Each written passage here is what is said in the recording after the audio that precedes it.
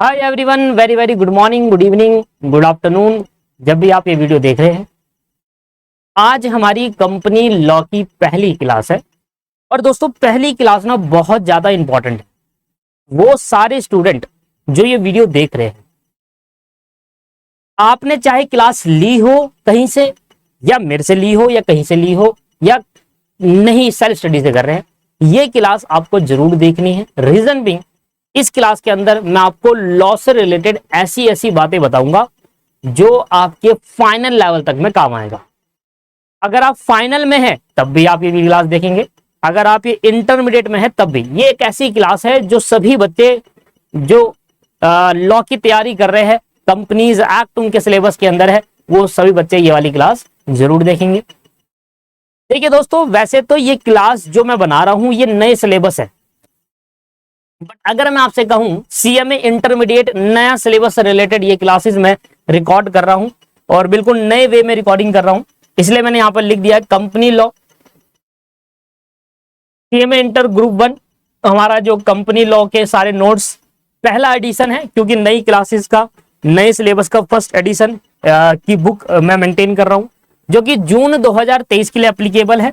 But अगर कोई बच्चा दिसंबर 2023 में एग्जाम देना चाहता है तो उसको दूसरा एडिशन ऑफ बुक मिलेगी, जिसके अंदर दिसंबर के लिए एप्लीकेबल होगा। पर वो बात की बात है, क्योंकि ये ना तो ये जो पहली क्लास है ये ना तो जून के लिए है, ना दिसंबर के लिए है, ना इंटर के लिए, ना फाइनल के लिए, ये सभी बच्चों के लिए है। बेसिकली ये वाली क्लास सभी बच्चों के, सभी जो स्टूडेंट है जो कंपनीज एक्ट पढ़ते हैं उनके लिए एप्लीकेबल रहेगी, क्योंकि ये एक बेसिक क्लास है कंपनीज एक्ट की, बेसिक क्लास, जिसके अंदर आपको कभी लॉ पढ़ो ना, वो भी कंपनीज एक्ट की बेसिक क्लास नहीं, ये एक लॉ की बेसिक क्लास। और ये लॉ की बेसिक क्लास में मैं आपको ये नहीं बताने वाला कि लॉ कैसे बनता है, क्या होता है। यहां पर मैं कुछ ऐसे ऐसे वर्ड के बारे में आपको बताऊंगा जो आपको सीखना बहुत जरूरी है अगर आप लॉ पढ़ रहे हैं। स्टार्टिंग करने से पहले आपको वो चीज जरूर सीखनी है। इससे पहले मैं उन बच्चों से बात कर लेता हूं जिनका सिलेबस 2022 है, अच्छा, और जिनका सिलेबस 2016 है वो भी ये क्लास को देख सकते हैं, ठीक है, और दोनों के लिए एप्लीकेबल रहेगा। बट ये जो न्यू रिकॉर्डिंग है ये सिलेबस 2022 के लिए है। अगर किसी बच्चों को हमारी क्लास पसंद आती है तो हमें इस नंबर पे व्हाट्सएप कर सकता है और हमारी क्लास के बारे में पूछ सकता है। अब मैं आपको बता देता हूं कि हमारे नए सिलेबस के अकॉर्डिंग ये जो हमारे चैप्टर्स है वो क्या है। और मैंने आपको कहा कि 2016 सिलेबस जो है ना जिन स्टूडेंट का, वो भी ये क्लास देख सकते हैं। रीजन बिंग मैं आपको बता देता हूं, क्योंकि 2016 सिलेबस में और 2022 सिलेबस में फर्क क्या है, सिर्फ कंपनीज एक्ट के अंदर फर्क क्या है मैं आपको बता देता हूं। 2016 सिलेबस और 22 सिलेबस के अंदर कंपनीज में दोनों में ये था, कंपनीज का types, promotion, formation related to section 1 से लेकर 122 सेक्शन दोनों ही सिलेबस में था। 2016 में भी था, 2022 में भी था, एज इट इज कॉपी, कोई चेंज नहीं, ना मात्र के बराबर चेंज। उसके बाद मतलब 1 से लेकर 122 सेक्शन था, दोनों में सेम था। उसके बाद एक चैप्टर था डायरेक्टर, ये भी दोनों में सेम था। तो पहले दो चैप्टर पहले दो आपके पास बड़े चैप्टर जो है ये 2016 सिलेबस और 2022 सिलेबस दोनों में एज इट इज कॉपी कर दिए गए हैं। कोई भी चेंज नहीं, अमेंडमेंट जो आती है वो डाली गई है, जो सेक्शन डिलीट हो गए वो काट दिए गए हैं, बाकी तो मतलब पूरा सेम, ठीक है जी। इसके बाद जो नया आया है 2022 सिलेबस में, वो ये 3 टॉपिक और नया है। Operational and financial control, internal financial control for financial reporting, section 134, 143 and 177, rights of the share holder and की मैनेजरियल पर्सन। 1 2 3 4 चैप्टर नए यहां पर जोड़ दिए गए कंपनीज एक्ट को, क्योंकि 2016 सिलेबस की अगर बात करूं तो कंपनीज एक्ट 35 मार्क्स का था, जबकि 2022 सिलेबस की बात करूं तो कंपनीज एक्ट 40 मार्क्स का है, ठीक है जी। तो अगर कोई बच्चा ये वाली क्लास देख रहा है तो 2016 वाला स्टूडेंट भी देख सकता है, 2022 वाला भी देख सकता है। 16 वाले को यहीं खत्म कर देना है और 22 वाले को पूरा पढ़ना है, बस इतना सा फर्क है। और बाकी कोई भी चेंज नहीं है, 2016 वाले के लिए भी एप्लीकेबल है और 2022 वालों के लिए भी ये क्लास एप्लीकेबल है, राइट। अच्छा, अब मैं आपको बताता हूं टोटल हमें कितने चैप्टर्स है जो हमें इस पूरे कंपनी एक्ट में पढ़ने हैं। और ये चैप्टर मेरे बनाए हुए गए हैं, मैं अपने अकॉर्डिंग जो चैप्टर बनाए हैं वो ऐसे है। तो टोटल इतने चैप्टर है जो हमें पूरे कंपनीज एक्ट में पढ़ने हैं 2022 सिलेबस के अकॉर्डिंग। एंड 2016 के अकॉर्डिंग क्या है उसके बारे में डिस्कस कर लेते हैं। मेनली ये जो मैं नोट्स प्रिपेयर कर रहा हूं, मैंने आपको बताया जैसे कि 2016 और 2022 में डिफरेंस इतने का है, जो 2022 में नए 4 चैप्टर आए वो छोड़ दो, बाकी सब सेम, ठीक है जी। तो जैसे कि पहला चैप्टर का नाम है meaning and definition of company, दूसरा का है काइंड्स ऑफ कंपनी, तीसरे का है formation of company, incorporation of company, registration of office of the company, public offer, prospectus, allotment of security, private placement, share capital, buyback of share, letter of offer, debenture, acceptance of deposit by companies, charge, registered, annual return, meeting of a company, director. 19 chapter थे 2016 syllabus के अंदर, 19 chapter मेरे बनाए हुए। देखिए ये chapter मेरे बनाए हुए हैं, ऐसा कुछ नहीं कि कंपनीज एक्ट ने इसको डिफाइन करा गया है, मेरे बनाए हुए चैप्टर है। मतलब मैंने उन पार्ट में बांट दिया गया है कि एनुअल रिटर्न का एक चैप्टर बना दिया, मीटिंग्स का एक चैप्टर बना दिया, तो 19 चैप्टर जो है यहाँ पर, यहाँ तक आपको 2016 सिलेबस वालों को भी एज इट इज कॉपी पढ़ना है और 2022 को भी एज इट इज पढ़ना है। इसके बाद 2022 में मैंने कहा फिर वो 4 चैप्टर नए आए, वो अलग से पढ़ना है। तो टोटल 2022 सिलेबस में 23 चैप्टर है और 2016 में 19 चैप्टर। अब मैं आपको आज की क्लास में पढ़ाने क्या वाला हूं, क्यों मैं आपसे कह रहा हूं कि सबसे इंपॉर्टेंट चीज जो मैं आपको पढ़ाने वाला हूं, ये देखो आज की क्लास का जो हमारा टॉपिक रहेगा वो ये है, most important word term use in law. यहां पर कंपनी लॉ नहीं लिखा, एनी लॉ, कोई भी लॉ के अंदर सबसे इंपॉर्टेंट टर्म्स जो यूज होने वाले हैं वो क्या है। कोई भी लॉ के अंदर सबसे इंपॉर्टेंट टर्म कौन से है जो यूज होंगे। पहला है basic definition. Basic definition 2 type की पूछता है, एक मीन से स्टार्ट होती है, एक इंक्लूड से स्टार्ट होती है। समझना जरूरी है ना आपको, लॉ आप जब पढ़ रहे हैं तो आपको ये चीजें पता होनी चाहिए। What is the meaning of not with standing anything, इसका मतलब क्या होता है आपको नहीं पता। आप हो सकता है फाउंडेशन लेवल से आए, हो सकता है डायरेक्ट एंट्री से आपने जंप लिया, पर आपको ये नहीं पता नॉट स्टैंडिंग अगर कहीं लिखा है किसी भी पैराग्राफ में लॉ के, किसी भी पैराग्राफ, जैसा कंपनी लॉ नहीं, एनी लॉ, आप फाइनल के लॉ उठा लो, आप इंटर का लॉ उठा लो, आप फाउंडेशन का लॉ उठा लो, किसी भी लॉ के अंदर अगर लिखा है नॉट स्टैंडिंग एनीथिंग, इसका मतलब क्या होता है, इस वर्ड का मतलब क्या है। बहुत सारे ऐसे वर्ड है जो मैं लेकर आया हूं आज। सब्जेक्ट टू अगर किसी पैराग्राफ में है, सब्जेक्ट टू इसका मतलब क्या है, एंड किसी पैराग्राफ में सेव एज अदरवाइज प्रोवाइडेड। देखिए आपने ना ये ध्यान नहीं दिया होगा, कभी नहीं ध्यान दिया होगा कि क्या आपने पैराग्राफ पढ़ा उसको इंग्लिश का हिंदी कर दिया बस, बेसिकली आपने इन वर्ड्स का ध्यान नहीं दिया होगा। नॉट विथ स्टैंडिंग है, क्या पता कहीं कहीं किसी बच्चों ने ध्यान दिया, मैं पूरी सभी बच्चों की बात कर रहा हूं। विदाउट प्रिजुडाइस, ये वर्ड बहुत बार पूछा जाता है। सेल में डिफरेंस बहुत बार आता है, किसी किसी पैराग्राफ में सेल का यूज किया जाता है, किसी में मे का यूज किया जाता है। चलो ये तो इंग्लिश हो गई एक तरीके से, बट विदाउट प्रिजुडाइस ये वर्ड बहुत बार आपने देखा होगा, पर आपने कभी नोटिस नहीं किया होगा कि यार इसका अलग डिफरेंट मीनिंग होता है क्या। प्रोविजो, प्रोविजन में provided that, provided further that, provided also that, ऐसे करके भी बहुत सारे आते हैं। एक्सप्लेनेशन का मतलब क्या है, सब सेक्शन और क्लॉज में डिफरेंस क्या होता है, आपके पास सब सेक्शन क्या है एंड क्लॉज में डिफरेंसेस क्या है। ये नोटिफिकेशन क्या होती है, रूल्स क्या होते हैं, सर्कुलर क्या होता है, ऑर्डर क्या होता है, ऑर्डिनेंस क्या होता है। तो ऐसे दोस्तों बहुत सारे, फिर जाकर चैप्टर स्टार्ट करेंगे। तो आज की पूरी क्लास लगा देंगे इन 14 वर्ड को समझने में, क्या है इन बेसिक वर्ड का मतलब क्या है। और ये आपके दोस्तों मैं फिर कह रहा हूं, ये आपके कंपनी लॉ में नहीं, ये आपके कमर्शियल लॉ में, इंडस्ट्रियल लॉ में, हर लॉ में काम आएगा। आज नहीं फाइनल तक काम आएगा, इसलिए मैंने कहा आज की क्लास कॉमन क्लास है।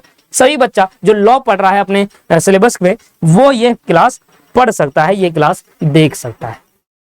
आइए 14 टॉपिक्स आज की इस क्लास के अंदर हमें कवर करने हैं, उनका मतलब सीखना, ज्यादा टाइम नहीं लगाएंगे, बट आपको चीजों को समझा दूंगा, बहुत अच्छे से क्लियर कर देंगे। उसके बाद कल से मतलब नेक्स्ट क्लास से हमारा जो मेन टॉपिक है, जो हमारा पहला चैप्टर है, वो हम कंप्लीट करेंगे, स्टार्ट करेंगे बेसिकली। आइए इनका समझते हैं। What is the basic definition, meaning और इंक्लूड। मैंने यहाँ पर जगह छोड़ रखी है, अगर आपके नोट्स प्रिंट करना चाहते हो, और नोट्स प्रिंट करने के लिए टेलीग्राम चैनल, आप सर टेलीग्राम पे जाइए, सर्च करिए दीपक क्लासेस, जैसे जो चैनल पे लोगो है वही लोगो आपको वहां दिख जाएगा, एंड वहां जाकर आप कंपनी लॉ के नोट्स ले सकते हैं। ठीक है दोस्तों, चलिए आइए स्टार्ट करा जाए आज की क्लास। आइए दोस्तों स्टार्ट किया जाए। देखिए दोस्तों, कभी भी कोई डेफिनेशन जब आप पढ़ते हैं तो उस डेफिनेशन जब स्टार्ट होती है तो 2 वर्ड से स्टार्ट होती है, एक होता है मीन्स, एक होता है इंक्लूड्स। ठीक है, तो कोई भी जब डेफिनेशन आप पढ़ते हैं ना दोस्तों,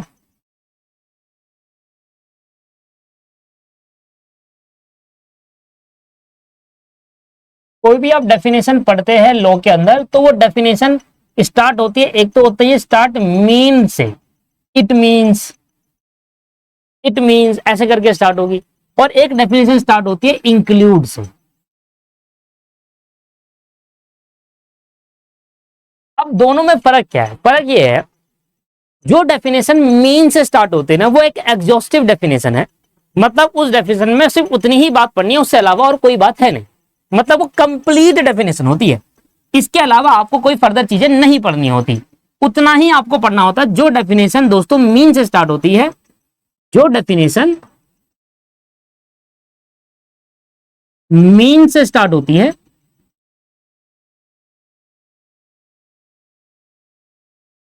वो एक कंप्लीट डेफिनेशन होती है। अलग से आपको ये नहीं कहेगा कि भाई इसके अलावा ये भी पढ़ना है आपको, वो एक कंप्लीट डेफिनेशन होती है। सिंपल है, वो एक कंप्लीट डेफिनेशन। अब हम नोटिस करना, जो जो चीज मैं आपको पढ़ा रहा हूं ना आज, जब भी आप कभी लॉ पढ़ोगे ना तो उस चीज को नोटिस करना, यार डेफिनेशन की बात है, देखेंगे डेफिनेशन कहां से स्टार्ट हो रही है, मीन से या इंक्लूड से। तो अगर कोई डेफिनेशन दोस्तों मीन से स्टार्ट होती है, इसका मतलब क्या है कि वो एक डेफिनेशन एग्जॉस्टिव डेफिनेशन, एक बड़ी डेफिनेशन है। बड़ी मतलब इन द सेंस कि कंप्लीट है, उस पर्टिकुलर चीज का मतलब ना कंप्लीट है, इसके अलावा आपको फर्दर चीजें नहीं पढ़नी। जबकि अगर कोई डेफिनेशन इंक्लूड से स्टार्ट है, इसका मतलब देखो वो चीज तो है ही उस डेफिनेशन में, ये चीज भी इंक्लूड है, एग्जॉस्टिव नहीं है। अगर डालना चाहे और चीज वहां पर डाल सकते हैं। कि जैसे कि आप देखेंगे इंक्लूड से कौन सी डेफिनेशन स्टार्ट होती है, इंक्लूड्स में क्या होता है आपको पता है, इंक्लूड का मतलब है कि ये चीज भी हमने इंक्लूड कर दी। भाई हमने एक चीज बताई कि भाई एक डेफिनेशन है कौन सी, बॉडी कॉर्पोरेट की। अगर आप बॉडी कॉर्पोरेट की डेफिनेशन पढ़ोगे ना, बॉडी कॉर्पोरेट की सेक्शन 2 सबसेक्शन 11 में लिखी गई है कंपनी जेड के। बॉडी कॉर्पोरेट की जब आप डेफिनेशन पढ़ेंगे ना तो वहां पर क्या है, उस डेफिनेशन में इंक्लूड्स वर्ड का यूज करा है। जबकि आप कोई भी जब से मतलब मेजरली जो होता है ना वो मीन से स्टार्ट होती है, बट जो डेफिनेशन इंक्लूड से स्टार्ट होती है ना उसका मीनिंग ये है कि एक एग्जॉस्टिव नहीं है, कंप्लीट नहीं है। उस डेफिनेशन के अंदर कुछ चीजें हम और जोड़ रहे हैं, ये तो है ही, साथ में कोई और चीज भी हम इंक्लूड कर रहे हैं, और इंक्लूड नहीं कर रहे वो भी बताएंगे अलग से। और इन फ्यूचर अगर इंक्लूड करना होगा तो वो भी इंक्लूड कर देंगे, ऐड ऑन कर सकते हैं उस डेफिनेशन के अंदर। इसलिए जैसे कि आपको मैं बॉडी कॉर्पोरेट की अगर डेफिनेशन दिखाऊं तो बॉडी कॉर्पोरेट की डेफिनेशन देखेंगे। पहले मैं मीन्स की डेफिनेशन दिखाता हूं। देखो मैंने यहाँ पर आपके पास अपना स्टडी मैट खोल रखा है, स्टडी मैट का कंपनी जेट में दिखाता हूं आपको नया सिलेबस का। और ये पुराना हो या कुछ भी नया हो उससे क्या फर्क है, एक्ट तो एक्ट है, कानून तो कानून होता है ना दोस्त। अब मैं आपको एक डेफिनेशन दिखाता हूँ 1% कंपनी की डेफिनेशन देखते हैं। अब जब आप 1% कंपनी की डेफिनेशन पढ़ते हैं ना दोस्तों, क्या लिखा है, section 2 subsection 62 of the companies act 2013 state that 1% company means, मतलब यहां पर जो 1% कंपनी की डेफिनेशन है वो कंप्लीट डेफिनेशन है, एग्जॉस्टिव डेफिनेशन है, सब कुछ बता रखा है। अलग से ही नहीं कहेगा कि इसके अलावा भी और कुछ है, नहीं, कंप्लीट डेफिनेशन है, मीन्स वर्ड का यूज करा। देखो आप समझ में आ रहा है आपको, पहले नहीं सोचते थे हम ये सब चीजें। देख और दिखाता हूं आपको, मैंने यहां पर बुक भी खोल रखी है इस वजह से कि मैं आपको साथ साथ दिखाता भी चलूं, मैं आपको साथ साथ दिखाता भी चलूं कि पब्लिक कंपनी की डेफिनेशन आप देखो कहां गई।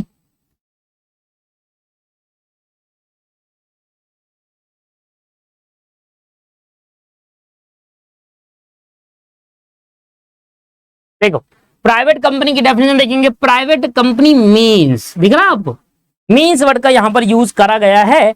और अब मैं आपको दिखाऊंगा एक और चीज पब्लिक कंपनी की, और देख लो एक बार आप। अब आपके माइंड में ध्यान रहेगी, अच्छा ये मींस है, मतलब ये जो डेफिनेशन है वो एग्जॉस्टिव डेफिनेशन है, मतलब कंप्लीट एक डेफिनेशन है, इसके अलावा और कुछ यहाँ पर चीज ये नहीं बोलेगा कि ये तो है, साथ में ये भी और जोड़ देना, ऐसे नहीं बोलेगा, यही है जो है, इतना ही पढ़ना है। Public company means this only, और कुछ नहीं। जब मींस का ये वर्ड है, देखो public company means a company, इतना ही जो लिखा है ना इतना ही पढ़ना है बस, इसके अलावा और पब्लिक कंपनी कुछ नहीं होता, यही होता है जो होता है। आया समझ में मींस का मतलब क्या। अब मैं आपको दिखाता हूं बॉडी कॉर्पोरेट की, जो मैंने आपकी डेफिनेशन बताई, मैं आपको सर्च करके दिखाता हूं। देखिए ये मैंने अभी गूगल पे आपको सर्च करके दिखाया, क्योंकि हमारे सिलेबस में बॉडी कॉर्पोरेट की डेफिनेशन नहीं है।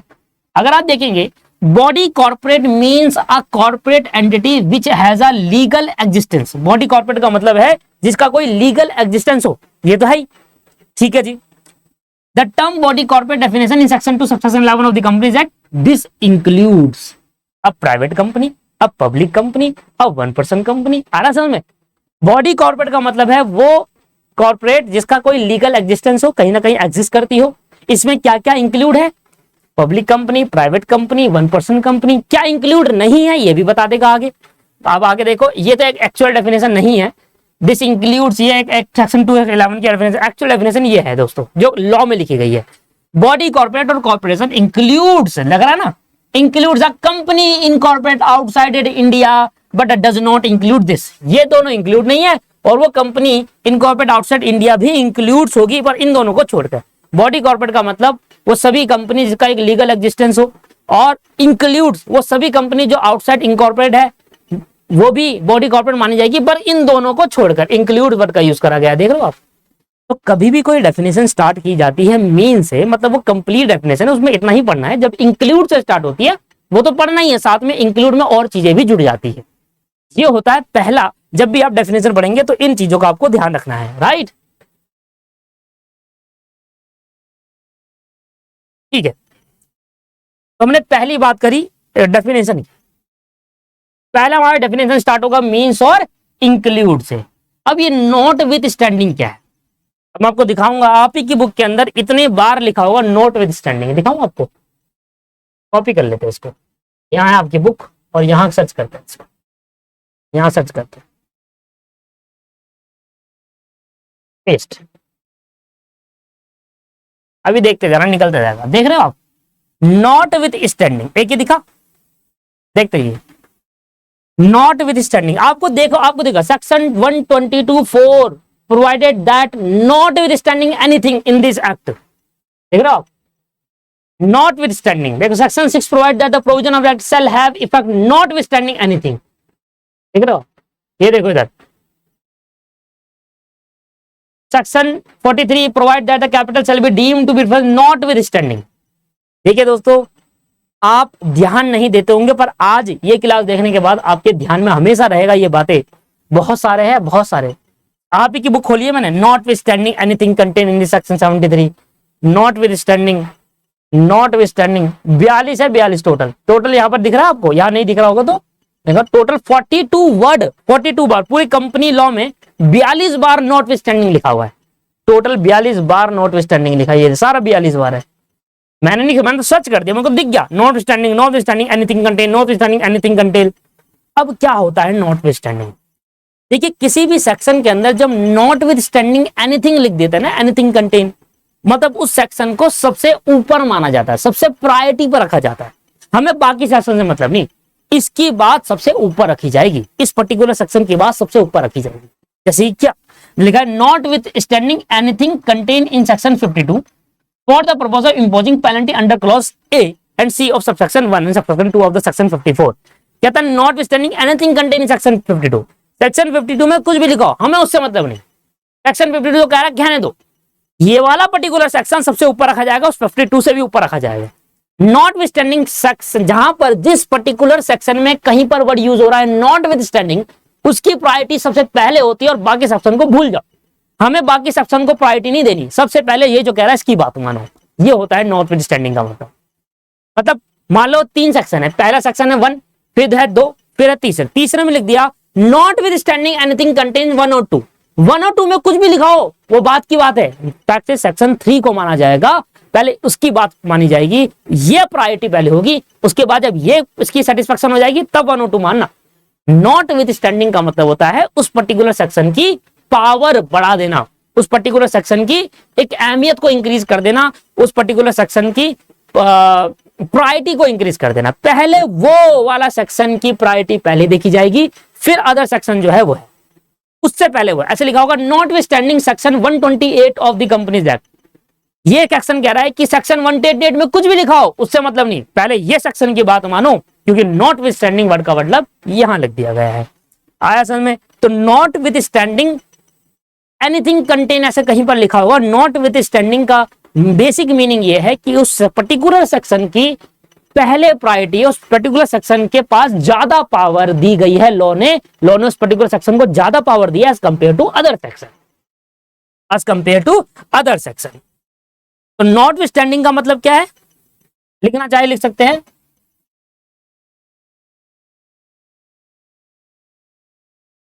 Notwithstanding anything contain in this section का इसका मतलब क्या है, लिखना चाहे आप क्या लिखेंगे कि जब भी किसी सेक्शन के अंदर नॉटविथस्टैंडिंग वर्ड का यूज करा गया है तो इस सेक्शन की पावर सबसे पहले ज्यादा है, इस सेक्शन को प्रायोरिटी पर रखेंगे अदर सेक्शन से।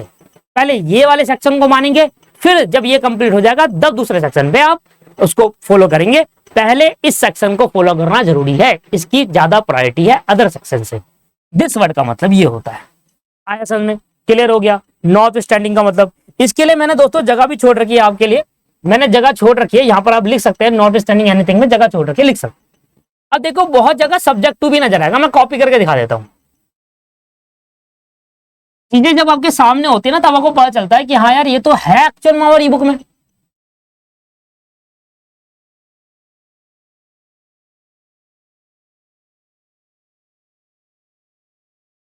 मैंने नहीं कहा, अब इधर देखो, पता कितने हैं? 149 बार लिखा हुआ है 114 subject to, subject to, subject to.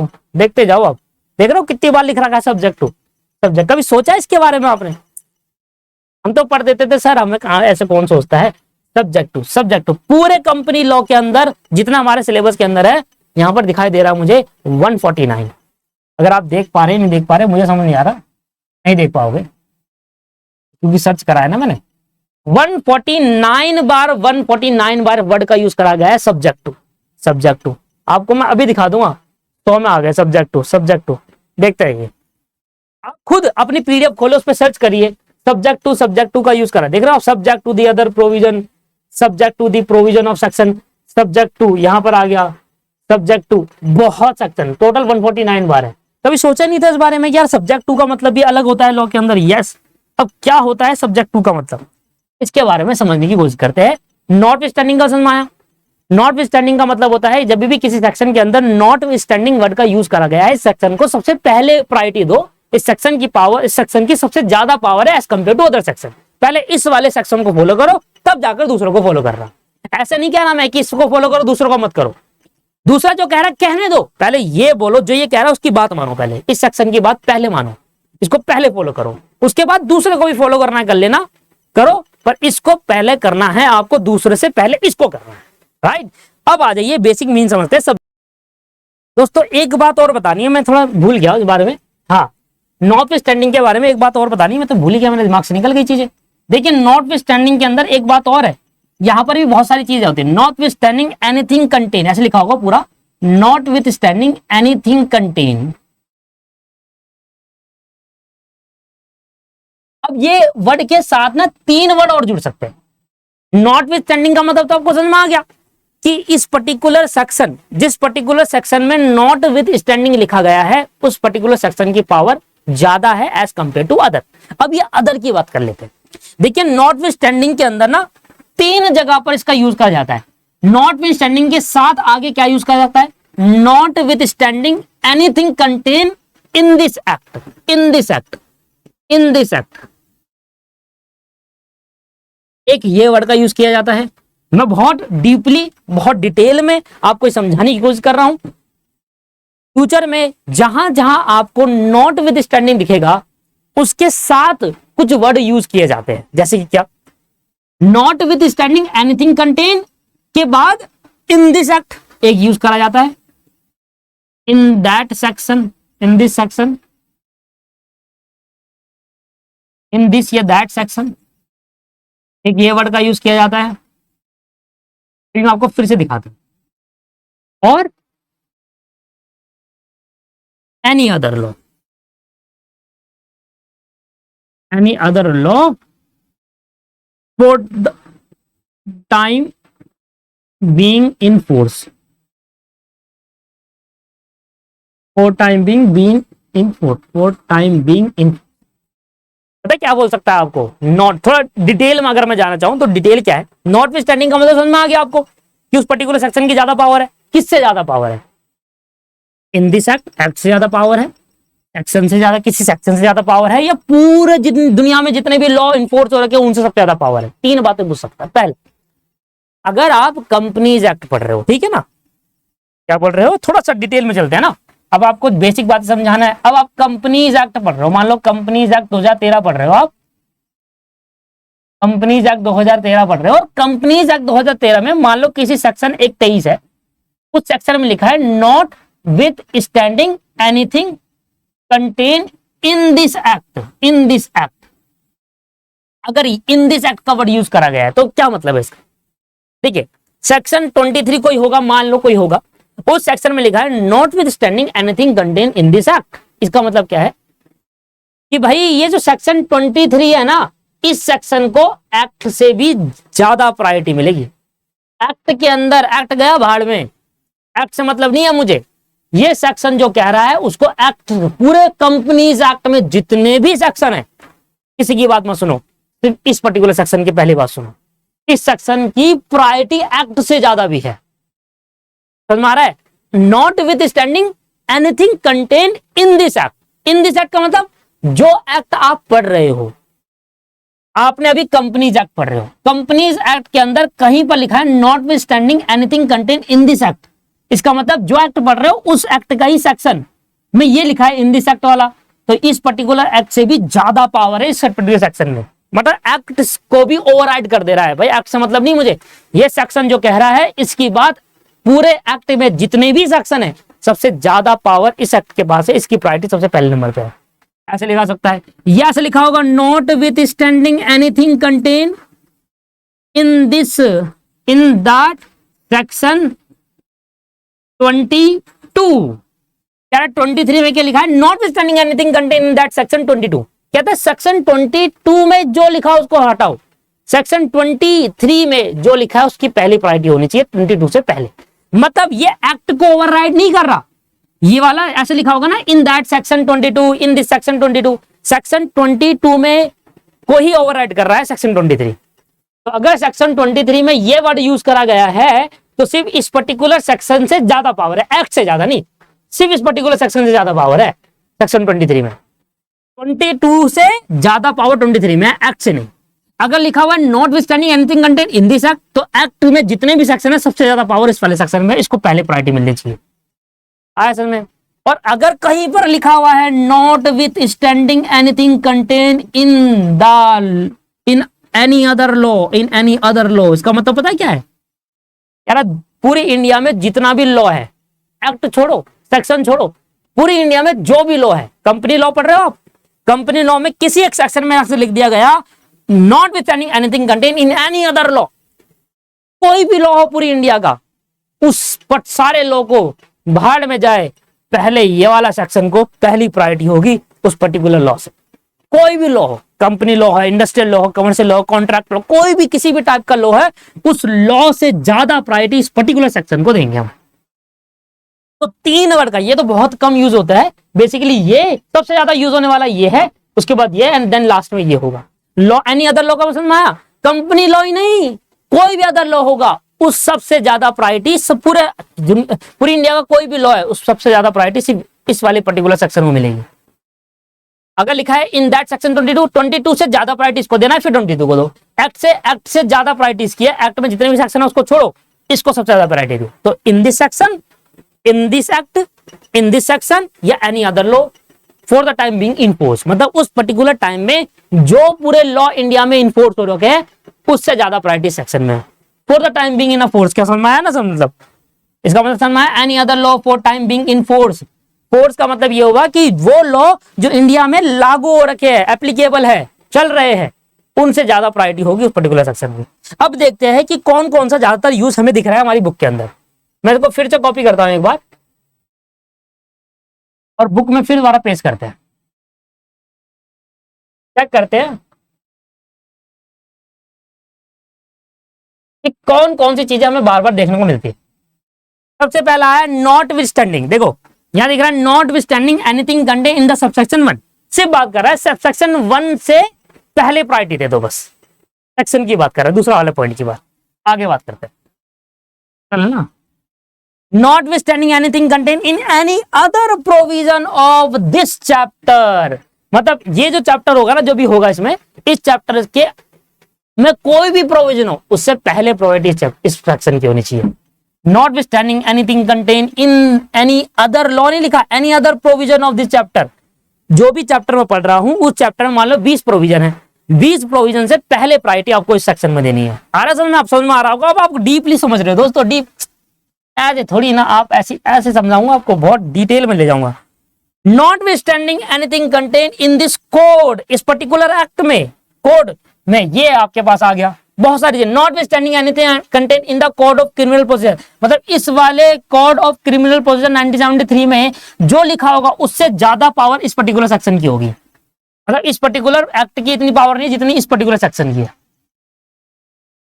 आगे, not with standing anything contain in this code, देखो यूज हो गया, मतलब particular act not standing anything contain in any other provision of this, अरे यार सब सेक्शन 1 ये हो चुका है। बस आपको एक झलक दिखा रहा हूं कि कहां और कहीं पे लिखा है। ये देखो देखो देखो, ये वाला दिखा रहा था बस मैं आपको, मिल गया। Section 122(4) provide that notwithstanding anything contain in this act. अब मैं कंपनी लॉ पढ़ रहा हूं, कंपनी लॉ में कोई भी सेक्शन हो, उस पूरे सेक्शन, कंपनी लॉ के जितने भी सेक्शन है, सबसे पहली प्रायोरिटी इस सेक्शन को मिलनी चाहिए। Anything contain in this act, पूरे एक्ट में कुछ भी लिखा हो भाड़ में जाए, where there is only one director on the board of director, ये वाली बात सबसे पहले होनी चाहिए। आ रहा समझ में?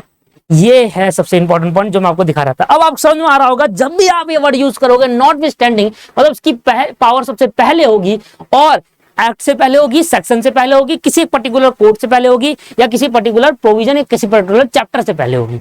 ये आप समझ गए हैं। अब डिटेल में आइए, अब मैं आगे बात कर लेता हूं सब्जेक्ट टू की, क्योंकि सब्जेक्ट टू भी बहुत ज्यादा बार यूज करा गया है अपने इस पर्टिकुलर लॉ के अंदर। आइए सब्जेक्ट टू के बारे में देखते हैं। बहुत ही अच्छा पॉइंट है, सब्जेक्ट टू और नॉट स्टैंडिंग में अपोजिट रिलेशन होता है। सब्जेक्ट टू और नॉट विथ स्टैंडिंग में अपोजिट रिलेशन होता है दोस्तों। अपोजिट रिलेशन क्या मतलब? देखो मैं दोनों का मतलब, अभी मैंने आपको नॉट विथ स्टैंडिंग पढ़ाया, पहले एक बार फिर से नॉट विथ स्टैंडिंग पढ़ा। अगर नॉट विथ स्टैंडिंग लिखा है कि सेक्शन, किसी सेक्शन में लिखा है, सेक्शन मान लो सेक्शन 122 में लिखा है not with standing anything contain in that section 1 and 2, मान लो सेक्शन 3 में लिखा हुआ है, सेक्शन 3 में लिखा हुआ है भाई not standing anything contain in section 1 और 2, 1 और 2 में कुछ भी लिखा हो उससे मतलब नहीं, पहले मेरी बात मानो, यही मतलब है नॉट स्टैंडिंग का। सेम चीज अगर लिखा हो सेक्शन 3 में, सेक्शन 3 में लिखा हो subject to this, subject to section 1 and 2, इसका मतलब क्या है? सब्जेक्ट टू और नॉट स्टैंडिंग का मतलब क्या हुआ? नॉट स्टैंडिंग का मतलब भी मैंने आपको बताया कि 1 और 2 में कुछ भी लिखा हो, सेक्शन 3 की बात पहले मानी जाएगी। अगर कहीं लिखा है सब्जेक्ट टू, इसका मतलब सेक्शन 3 की बात मान लेना, सेक्शन 3 की बात भी मान लेना, पर उससे पहले 1 और 2 की बात पहले माननी जरूरी है। मतलब नॉट स्टैंडिंग अपने सेक्शन को प्रायोरिटी देता है पहले को, 1 और 2 से पहले सेक्शन 3 की प्रायोरिटी पहले होगी अगर नॉट स्टैंडिंग का यूज हुआ है। नॉट स्टैंडिंग का यूज अगर हुआ है सेक्शन 3 में तो 1 और 2 से पहले उसकी प्रायोरिटी है। अगर सब्जेक्ट 2 का यूज हुआ है किसी सेक्शन के अंदर, किस सेक्शन के अंदर सब्जेक्ट 2 का यूज हुआ और कह रहा है इस पर्टिकुलर सेक्शन का सब्जेक्ट 2 है, मतलब ये वाले सेक्शन मानने के बाद हमारा मान लेना, पहले हमारा मानना जरूरी नहीं है इतना, पहले सेक्शन 1 और 2 मानो उसके बाद हमारा मान लेना, हमारा भी कह लेना, हमारा भी फॉलो कर लेना, पर प्रायोरिटी पे मत रखो, पहले प्रायोरिटी दूसरे वाले सेक्शन को दो, हमारी बाद में चलेगी। फर्क है opposite relation not standing and subject to में। नॉट स्टैंडिंग में क्या होता है, पहले प्रायोरिटी मुझे दो, दूसरों को बाद में देना, ठीक है। सब्जेक्ट टू का मतलब मेरे को बाद में प्रायोरिटी देना, पहले दूसरों को दो। इसमें लिखा हुआ है सेक्शन 3 में लिखा है सब्जेक्ट टू सेक्शन 1 और 2, 1 और 2 को पहले मानो, जब वो कंप्लीट हो जाए तब मेरे पास आकर मेरे एक्ट को, मेरे प्रोविजन को मान लेना। सब्जेक्ट 2 में क्या होता है, हम दूसरे सेक्शंस को प्रायोरिटी देते हैं, अपने सेक्शन को नहीं। नॉट स्टैंडिंग में आप अपने सेक्शन को ज्यादा प्रायोरिटी देते हैं, दूसरे से ज्यादा अपने को देते हैं। सब्जेक्ट 2 अगर कहीं होगा किसी उसमें तो क्या बोलेंगे कि इस पर्टिकुलर सेक्शन को पहले मानना, फिर जब वो खत्म हो जाए मान लेंगे तब हमारा भी मान लेना। आ जाइए अब दिखाता हूं मैं आपको कहां पर लिखा है सब्जेक्ट।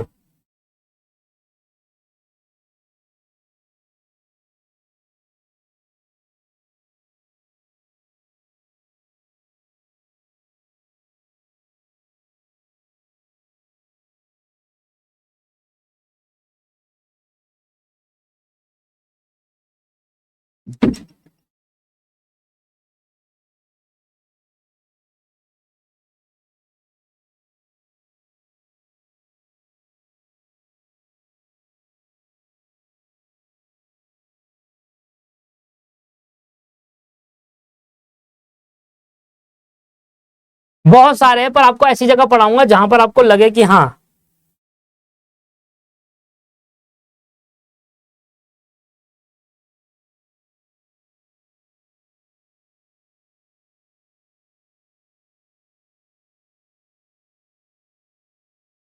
अरे ये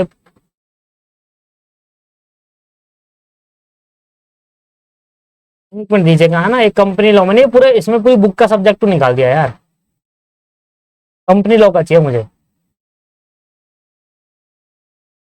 एक कंपनी लॉ का।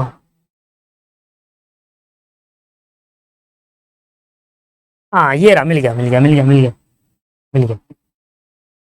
Subject to the provision of subsection 4, subject to the provision of subsection 4, मतलब ये वाले जो पॉइंट है, ये वाले जो पॉइंट है, पहले बाद में मानना है इस पॉइंट को। पहले जो सेक्शन सबसेक्शन 4 में लिखा गया है ना, 6 वाले पॉइंट में सबसेक्शन 6 के पॉइंट बाद में मानना, पहले जो 4 में लिखा है उसको पहले मानना। सब्जेक्ट टू का मतलब क्या है कि सेक्शन सब्जेक्ट टू का मतलब क्या है, subject to the provision of subsection 4, इसका मतलब क्या है कि भाई सबसेक्शन 4 में जो बात लिखी है उसको पहले मानो, उसकी प्रायोरिटी पहले है मेरे सेक्शन से। आया समझ में? देख रहे हो आप, ये कंपनी लॉ का है।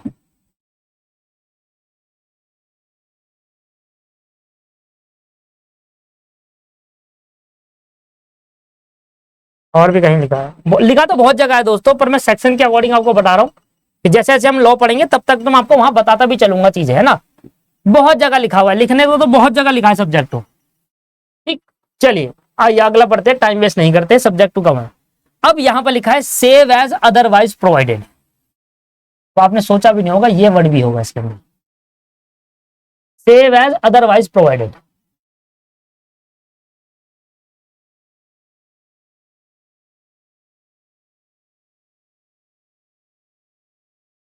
कम है पर है, सिर्फ दो है पर है दोस्त।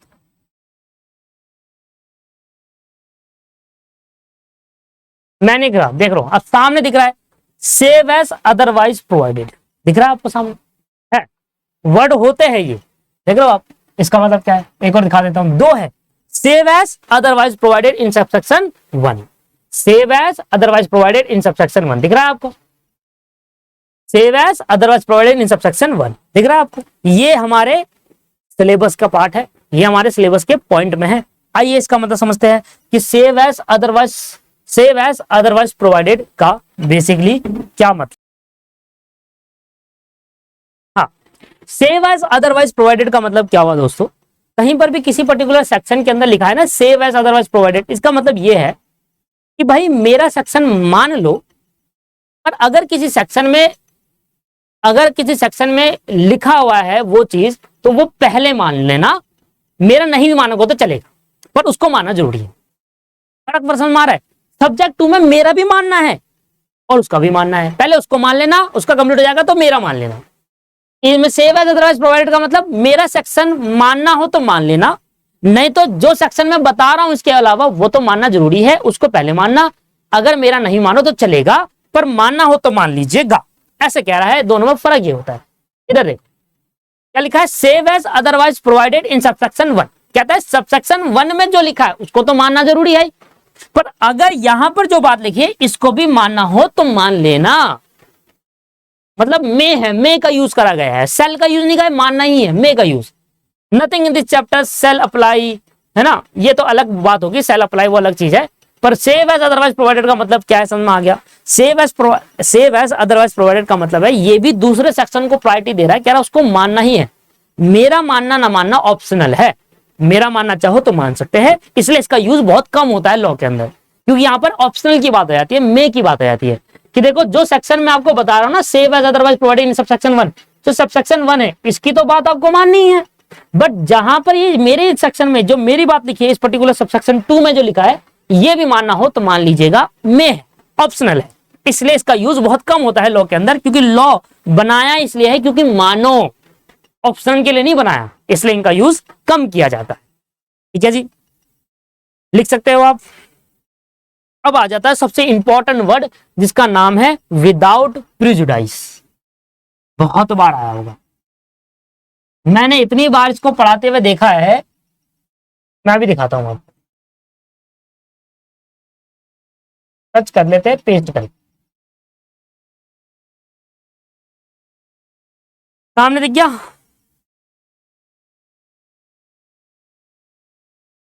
विदाउट प्रिजुडाइस, एक बार देखो, फिर दोबारा, without prejudice to the provision of subsection 2, बहुत बार है विदाउट प्रिजुडाइस। तो आइए इसका मतलब समझते हैं कि क्या होता है विदाउट प्रिजुडाइस का मतलब बेसिकली, है ना। तो बहुत जगह देखने, देखिए अगर हम बात करें विदाउट प्रिजुडाइस, तो विदाउट प्रिजुडाइस का मतलब होता है कि विदाउट मतलब बिना किसी तकलीफ पहुंचाए दूसरे सेक्शन को, दूसरे सेक्शन को हम हैम्पर नहीं कर रहे, दूसरे सेक्शन को हम ओवरराइड नहीं कर रहे। किसी सेक्शन में कोई बात लिखी गई होगी, है ना, किस सेक्शन की कोई बात लिखी है, तो लॉ का वर्ड लॉ ये कह रहा है जिस पर्टिकुलर सेक्शन या सबसेक्शन में विदाउट प्रिजुडाइस वर्ड का यूज किया जाता है लॉ द्वारा, लॉ मेकर द्वारा, तो वो आपको ये कहना चाह रहा है कि देखो भाई इस पर्टिकुलर सेक्शन की जो मैं बात कर रहा हूं, इस सेक्शन को आपको मानना है, बट हम ये सेक्शन इसलिए बना रहे हैं, इसलिए बनाया है हमने सेक्शन, ये जो भी जिसका भी मतलब बनाया है, जो भी रीजन है बनाने का, बट जब भी हम ये सेक्शन बना रहे हैं तो हम किसी और सेक्शन को हैम्पर नहीं कर रहे, तकलीफ नहीं पहुंचा रहे, किसी और सेक्शन को हम ओवरराइड नहीं कर रहे कि इसकी बात मत मानो, मेरी बात मानो, इस सेक्शन की बात मत मानना, वहां लिखा है 5 दिन की, वहां लिखा है भाई 5 लाख की पेनल्टी, और हमारे सेक्शन में लिखा है 2 लाख की पेनल्टी, तो हमारी बात मानो ना, ऐसा नहीं होगा। तो जब भी किसी सेक्शन के अंदर लिखा होता है without prejudice to the provision of subsection 2, इसका मतलब ये हुआ कि सब सेक्शन 2 में जो बात लिखी है वो तो मानना है, पर जो हमारी बात लिखी है ये भी मानना है, पर कभी भी हम सबसेक्शन 2 को और हमारे में जो लिखा है उसमें कभी भी ओवरराइडिंग नहीं होगा, कभी भी मिसमैच नहीं होगा। ऐसा नहीं होगा कि उसमें जो लिखा है वो दूसरा वाला मना कर रहा है और दूसरे में जो लिखा हो पहला वाला मना कर रहा है कि इसकी बात मानो, ये मत करो, वो मत करो। पहले वाले में लिखा है कि 5 लाख की पेनल्टी लेनी है, दूसरे में लिखा नहीं 5 की नहीं 3 की दो, ऐसे नहीं होगा कभी भी। फर्क समझ में आ रहा है दोनों में क्या है? फर्क ये है कि अगर किसी सेक्शन के अंदर, किसी पर्टिकुलर सबसेक्शन के अंदर लिखा है विदाउट प्रिजुडाइस, तो इसका मतलब है कि ये सेक्शन बनाया है, ठीक है, पर ये सेक्शन बनाते वक्त इस सेक्शन को तकलीफ नहीं दी, इस सेक्शन को कोई ऐसे नहीं करा कि ओवरराइड कर दिया कि ये सेक्शन में जो लिखा है इसकी बात मत मानना, इसके बाद मेरे वाले सेक्शन की बात मानना, ऐसा कुछ नहीं है। इस सेक्शन में जो लिखा है वो लिखा है, उसको तो मानो, साथ में मेरे सेक्शन को भी मानो, कंपलसरी है, दोनों में कंपलसरी मानना है। बट मतलब क्या है? मतलब यह है कि जो सबसेक्शन 2 है ना, उसको हमने कोई भी ओवरराइड नहीं करा, उसकी भी बात मान सकते हो, हमारी भी मान सकते हो, इकट्ठा मान सकते हो। जैसे कि उसमें लिखा है 5 लाख की पेनल्टी मिलेगी और हमारे में लिखा है जेल होगी, तो 5 लाख की पेनल्टी और जेल दोनों हो सकती है इकट्ठा। ऐसा नहीं होगा कि 5 लाख की पेनल्टी एक में लिखा है, दूसरे में 3 लाख की लिखा है, तो एक वाला सेक्शन दूसरे को क्या कर रहा है? ओवरराइड कर रहा है कि मेरी बात मान, 3 दे, वो कह रहा 5 दूंगा, वो कह रहा 3 देना पड़ेगा, वो कह रहा 5 देना पड़ेगा। ऐसा नहीं होगा, दोनों सेक्शन की बात एक साथ मानी जा सकती है, मानना दोनों को ही है, पर कभी भी ये वाला पर्टिकुलर सेक्शन जब बनाया होगा तो सबसेक्शन 2 वाले को कोई तकलीफ नहीं होगी। एक पर्टिकुलर पर्सन सबसेक्शन 2 भी मान सकता है और हमारा भी मान सकता है, एक साथ साइमल्टेनियसली, कहीं पर भी कोई मिसमैच नहीं होगा। समझ में आ गया? क्लियर हो गया? विदाउट प्रिजुडाइस का मतलब होता है बिना किसी तकलीफ के, हमने मतलब इस वाले पर्टिकुलर सेक्शन को हमने कोई तकलीफ नहीं दी, भैया तुम्हारा सेक्शन भी मानेंगे, हमारा भी मानेंगे, दोनों एक साथ मान सकता है एक particular person. That is the meaning of without prejudice, right. अगला, अब यहां पर जो अगला वर्ड आता है उसका है सेल और मे। देखिए सेल का मतलब क्या होता है? सेल का मतलब है, लॉ कह रहा है कि ये आपको मानना ही पड़ेगा, कंपलसरी है मानना, इसको मानना ही पड़ेगा। सेल मतलब जरूरी, मस्ट है, आपको करना ही करना है। अगर वर्ड लिखा है मे, तो लॉ कह रहा है ऑप्शन है, पर हमारी एडवाइस है कि मानो, एडवाइजेबल है, हम कहेंगे कि मान लेना, पर मर्जी, आप नहीं मानोगे तो कोई आपको कोई रोक टोक नहीं है, नहीं मानोगे तो चलेगा, कोई दिक्कत नहीं है। हमारी एक एडवाइस है, हम एक एडवाइस दे रहे हैं कि ये मान लेना, ठीक है ना, दैट इज कॉल्ड मे। तो जिस पर्टिकुलर सेक्शन में मे लिखा होता है वहां एडवाइस देती है गवर्नमेंट कि हाँ ये पर्टिकुलर सेक्शन है, इसको मान सकते हो, आप मानोगे तो अच्छा रहेगा, नहीं मानोगे तो कोई आपको कोई पेनल्टी या कोई जेल कुछ नहीं होगा, कोई दिक्कत नहीं, नहीं मानोगे तब भी कोई दिक्कत नहीं है। तो जब भी कोई ट्रैफिक रूल के बारे में अगर देखा हुए तो ट्रैफिक रूल में हर जगह सेल का यूज किया जाता है कि मानना ही पड़ेगा भैया, रेड लाइट पे रुकना ही है आपको, सेल में नहीं है, नहीं मानोगे तो चलेगा, नहीं सेल पे रुकना ही पड़ेगा, नहीं तो पेनल्टी लगेगी, रेड लाइट पर रुकना ही पड़ेगा, नहीं तो पेनल्टी। जैसे कि मान लो एक बाइक में 3 जने अलाउड है, एक बाइक में 3 जने अलाउड है, एक लड़का 2 लड़की अलाउड है, एक लड़का 2 लड़की अलाउड है, 3 लड़के नहीं, दो लड़के एक लड़की नहीं, एक लड़का और पीछे दो लड़कियां अगर बैठी होगी तो अलाउड होगा। और तो इसमें कहा जाता है कि लॉ में लिखा है कि एक बाइक में एक लड़का दो लड़की अलाउड है, में एडवाइजेबल है कि ना बैठे, ना बैठे, दो ही जने चलाए, तीन ना बैठे, एडवाइजेबल। बैठते हैं तो कोई दिक्कत नहीं, आपको पेनल्टी नहीं देंगे। मान लो लॉ ने कहा कि तीन जने अगर बाइक में बैठते हैं तो पेनल्टी चार्ज होगी, बट अगर एक लड़का और दो लड़कियां होती है तो पेनल्टी चार्ज नहीं करेंगे। एडवाइजेबल ये है कि ना बैठे, अगर आप बैठकर चले गए कहीं पर तो आपको पेनल्टी नहीं ली जाएगी। समझ में आया? मे का मतलब गवर्नमेंट एडवाइस दे रही है, एडवाइस दे रही है कि भाई मत करो, या मान लो या मत मानो, मान लो कह रही है, मान लेना मर्जी है। कल का मतलब मानना ही पड़ेगा, नहीं माने तो पेनल्टी लगेगी। माया और सबसे इंपॉर्टेंट पॉइंट ये वाला पॉइंट मैं आपको अगर सर्च करके दिखाऊंगा ना तो हर तीसरे हर चैप्टर के एक के अंदर वर्ड मिलेगा। मतलब और 500 अगर लॉ के अंदर, कंपनी लॉ के अंदर मान लो 250 पन्ने ना, 250 के पन्ने में होगा ये वाला word, provided that, provided further that and provided also that. What is the meaning of provided that, provided further that and provided? देखिए प्रोवाइजो का मतलब क्या होता है? प्रोवाइजो का मतलब होता है एक्सेप्शन क्रिएट करना। प्रोवाइजो का क्या मतलब होता है? एक्सेप्शन क्रिएट करना। बहुत इंपॉर्टेंट सेक्शन है, ध्यान समझिए। देखिए अगर किसी पर्टिकुलर पैराग्राफ स्टार्ट होता है provided that, that is called first proviso. क्या बोलते हैं उसको? फर्स्ट प्रोविजो कहते हैं। अगर कोई भी सेक्शन, कोई भी पर्टिकुलर सेक्शन अगर स्टार्ट हो, कोई भी पैराग्राफ जब स्टार्ट होता है प्रोवाइडेड दैट से, इसका मतलब होता है फर्स्ट प्रोविजो। फर्स्ट प्रोविजो मतलब फर्स्ट एक्सेप्शन। अभी मैं समझाऊंगा, रुक जाओ। फर्स्ट प्रोविजो, अगर आप कह रहे हो कि नहीं और एक और चाहिए, अगर कोई भी पर्टिकुलर पैराग्राफ स्टार्ट होता है प्रोवाइडेड फर्दर दैट से, उसको बोलते हैं सेकंड प्रोविजो, मतलब सेकंड एक्सेप्शन। और अगर कहीं स्टार्ट होता है प्रोवाइडेड आल्सो दैट से, अगर कहीं स्टार्ट होता है प्रोवाइडेड आल्सो दैट से, इसका मतलब होता है थर्ड प्रोविजो। और इसके बाद थर्ड, फोर्थ, फिफ्थ यही होता है, फिफ्थ, सिक्स्थ यही होता है, उसके बाद अलग नहीं होता। तीन ही प्रोविजन बनाते हैं। अगर आपको चौथा बनाना है, पांचवा बनाना है, छठा बनाना है, सातवां बनाना है तो provided also that he use करोगे आप। पहले प्रोविजन बना, एक सेक्शन है उसका पहली एक्सेप्शन डालोगे तो प्रोवाइडेड दैट वर्ड का यूज करोगे, दूसरी डालोगे प्रोवाइडेड फर्दर दैट का यूज करोगे, तीसरी डालोगे प्रोवाइडेड आल्सो दैट का यूज करोगे, चौथी डालोगे तब भी आल्सो दैट, पांचवी डालोगे तब भी आल्सो दैट, फिर आल्सो दैट ही चलेगा। अगर किसी सेक्शन में, अगर कोई सेक्शन है और उस सेक्शन का अगर आपको कोई एक्सेप्शन लाना है ना, कि भाई ये पर्टिकुलर सेक्शन है इसकी कुछ एक्सेप्शन लेकर आनी है, तो प्रोवाइडेड दैट से स्टार्ट कर दो, वर्ड एक्सेप्शन बना दो। जब भी कोई नया कॉन्सेप्ट समझाना होता है लॉ मेकर को, किसी पर्टिकुलर सेक्शन में कहना होता है अरे यार यह सेक्शन के अंदर तो यार हमें कुछ चेंजेस करने की जरूरत है, आप सेक्शन काटेंगे तो नहीं, पर्टिकुलर एक सेक्शन जो बन गया, अब उस सेक्शन को काट नहीं सकते। एक सेक्शन जो बन जाता है वो बन जाता है, काटना बड़ा मुश्किल होता है चीजों को, सेक्शन को हटाना, रिमूव करना बहुत ज्यादा मुश्किल है।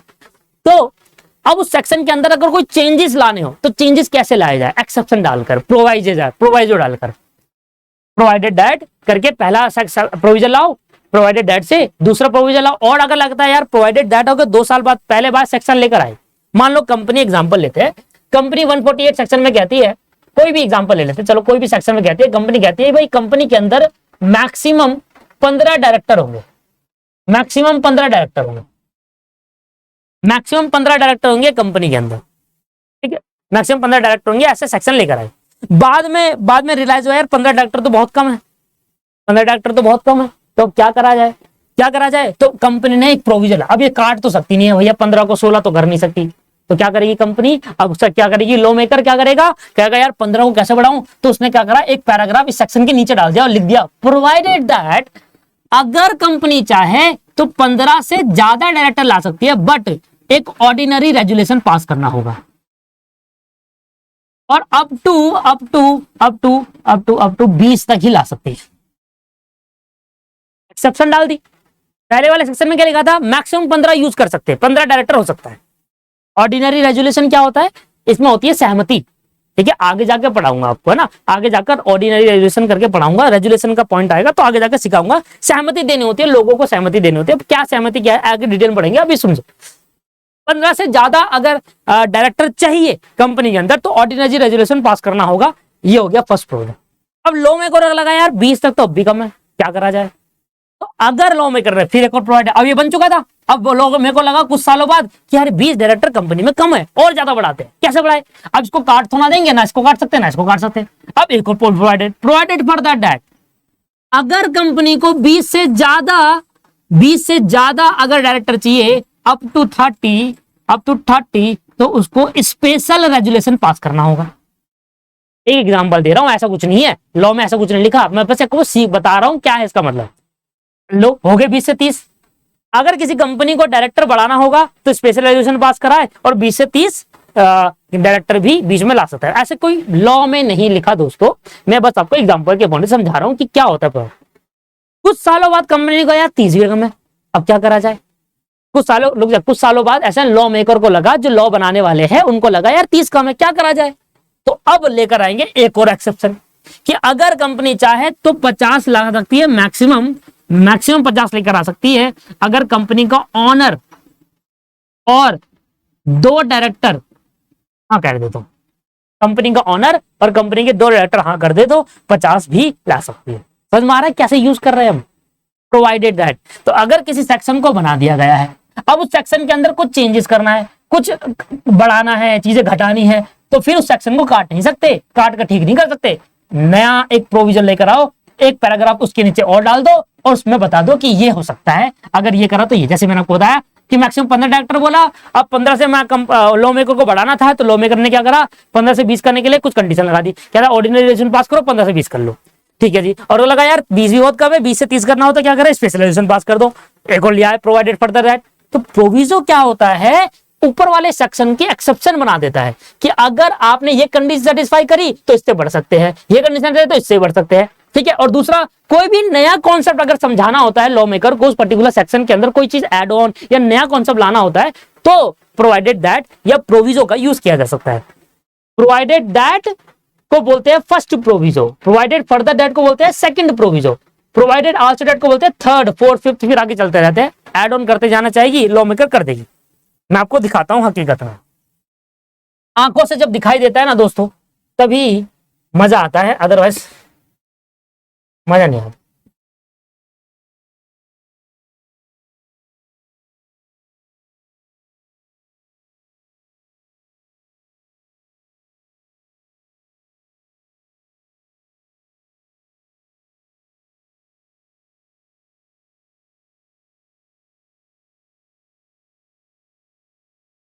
देखना, not with standing anything contain, not with standing anything contain, आए जा रहा है, अभी आएगा प्रोवाइडेड दैट। भर भर के आते हैं ये तो।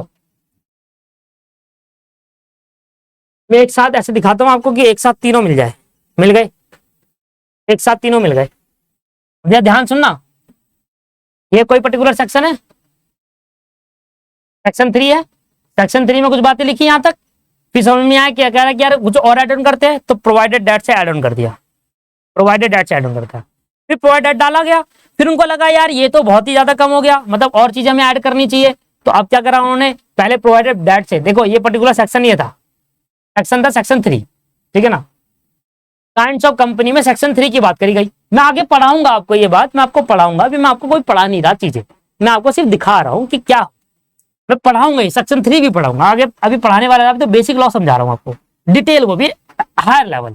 सेक्शन 3 में कोई बात लिखी गई होगी, अब कुछ बात रह गई होगी तो उन्होंने कहा क्या करे, या कुछ चेंजेस करना होगा तो क्या करे, प्रोवाइडेड दैट लिया फर्स्ट प्रोविजो और इस पे चेंज करके दिखा दिया। अब उन्होंने कहा यार ये बात भी हमने जो रखी है इसमें और कुछ चेंजेस लाने चाहिए, तो अब इसकी मान लो इसके अंदर भी, इस वाले पर्टिकुलर सेक्शन के अंदर अगर प्रोविजो लेकर आना है तो प्रोवाइडेड फर्दर दैट, या उस वाले के अंदर लाना तब भी फर्दर दैट। अब इनको लगा यार और कुछ भी लाना चाहिए, और कुछ लाना, इन्होंने स्टार्ट करा प्रोवाइडेड आल्सो दैट। तो ये हो गया फर्स्ट प्रोविजो, ये हो गया सेकंड प्रोविजो, ये हो गया थर्ड प्रोविजो। अब थर्ड के बाद फोर्थ आएगा तो तब भी provided also that word use होगा। ये देखो फिर दोबारा प्रोवाइडेड आल्सो, फिर नहीं होता, फोर्थ के बाद फिफ्थ आएगा प्रोवाइडेड आल्सो दैट, ये हो गया फोर्थ प्रोविजो। मैंने आपको बताया सही, पहले प्रोविजो को स्टार्ट होता है, पहले प्रोविजो का मतलब होता है पहली एक्सेप्शन उस पर्टिकुलर सेक्शन की, provided that, provided for the that का होता है second proviso, provided also that का होता है थर्ड प्रोविजो, फिर उसके बाद फोर्थ फिफ्थ भी सारे प्रोवाइडेड आल्सो दैट से चालू होते हैं।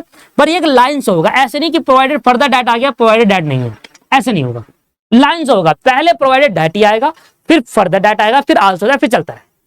फर्दर दैट समझ में आएगा? जब मैं सेक्शन 3 पढ़ाऊंगा ना आपको, तब बताऊंगा कि इसमें क्या ऐसा रह गया जो अलग से बताया उनको, फिर और क्या रह गया जो अलग से बताया, फिर और क्या रह गया जो अलग से बताए जा रहे हैं, बार बार डाले जा रहे हैं।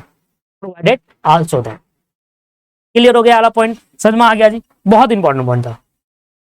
आगे देखो, टाइम निकल गया ना इतना टाइम। अब अगला पॉइंट जो आता है वो कहता है कि एक्सप्लेनेशन। देखिए, जब भी क्लियरिटी देनी होती है ना किसी चीज के अंदर, जब भी किसी चीज के अंदर क्लियरिटी देनी होती है, आपको कोई डेफिनेशन समझ नहीं आ रही, लॉ मेकर कह रहा है ये डेफिनेशन समझ नहीं आ रही लोगों को, तो लॉ मेकर को लगता है कि ये पर्टिकुलर डेफिनेशन समझ नहीं आ रही पब्लिक को या किसी पर्सन को समझ नहीं आ रही, तो उस पर डेफिनेशन को डिटेल में एक्सप्लेन करा जाता है एक्सप्लेनेशन के थ्रू। तो किसी भी पर्टिकुलर सेक्शन के नीचे अगर एक्सप्लेनेशन लिखा है तो लॉ मेकर ने उस पर्टिकुलर सेक्शन को और डिटेल में एक्सप्लेन करा है, उसका मतलब भी बताया है, पर एक अच्छे तरीके से बताया कि लोगों को समझ में आए, अंडरस्टैंडिंग रहे। अगर कोई पर्टिकुलर सेक्शन लोगों को समझ नहीं आता, कंफ्यूजन होती है, तो मोर क्लियरिटी के लिए एक्सप्लेनेशन दी जाती है नीचे, और दी गई होगी बहुतों में। दिखाता हूं आपको ये भी कॉपी करके। जब अगर कहीं पर कंफ्यूजन क्रिएट हो जाती है दोस्तों, लॉ बनाते टाइम गवर्नमेंट किसी पर्टिकुलर सेक्शन में लॉ बना रही है, अब वहां पर कंफ्यूजन हो गई, जैसे कि ये मान लो यहां पर लिखा है कुछ, अब यहां पर लोग समझ नहीं पा रहे, लॉ मेकर बताना कुछ और चाह रहे थे, लोग कुछ और इंटरप्रिटेट कर रहे हैं, तो नीचे एक्सप्लेनेशन डाल दी, भाई इसका मतलब ये है, नीचे एक्सप्लेनेशन दे दी कि भाई आप जो समझ रहे हो वो नहीं, जो हम समझाना चाहते हैं वो समझो। जैसे एसोसिएट कंपनी में लॉ ने ये लिखा, अब लोग इसका गलत इंटरप्रिटेट कर रहे हैं, तो अब नीचे दे दिया गया इसका एक्सप्लेनेशन कि भाई ये वाली एक्सप्लेनेशन है, इसको आप इस तरीके से लो। आया समझ में एक्सप्लेनेशन का मतलब? क्लियर हुआ? आ जाओ सबसेक्शन रूल, हाँ ये वाली चीज सिंपल सी चीज है। एक्सप्लेनेशन का मतलब क्या है? क्लियरिटी देना उस पर्टिकुलर सेक्शन के अंदर। अगर लोग गलत इंटरप्रेट कर रहे हैं, हम समझाना कुछ और, लॉ मेकर समझाना कुछ और चाह रहे हैं, जब लोग उसको पढ़ रहे सेक्शन को वो समझ कुछ और रहे हैं, तो यहाँ पर कंफ्यूजन हो रही है। तो लॉ मेकर ने क्लियरिटी के लिए, मोर क्लियरिटी देने के लिए अच्छे से अलग से एक्सप्लेनेशन डाल दिया जाता है कि हाँ लोग समझ पाए, जो हम कहना चाहते हैं वो लोग समझ पाए, इसलिए एक्सप्लेनेशन यूज होता है हर जगह, मतलब ज्यादातर जहां पर यूज होना। हाँ जी दोस्तों, सबसे इंपॉर्टेंट पार्ट, सबसे इंपॉर्टेंट, बहुत कंफ्यूजन होती है कि सबसेक्शन है, सेक्शन है, क्लॉज है, सेक्शन में तो नहीं होगी। डिफरेंस सबसे ज्यादा जो बड़ी कंफ्यूजन है वो सबसेक्शन और क्लॉज में होती है।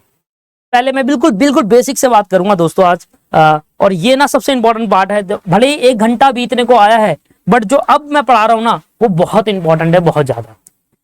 अगर आपको एक डीप नॉलेज चाहिए तो आपको ये पर्टिकुलर पॉइंट ध्यान से सुनना है, और आज के बाद से आप अपने दोस्तों को बता सकते हो कि भाई ये डिफरेंस, बहुत अच्छा डिफरेंस है सबसेक्शन और क्लॉज के बीच। सबसे पहले एक बेसिक एग्जांपल मैं आपसे एक लेता हूं। मान लीजिए अगर आपका लिखा है section, for example section 20 subsection 1 clause A और ई, तो इस पर्टिकुलर को आप कैसे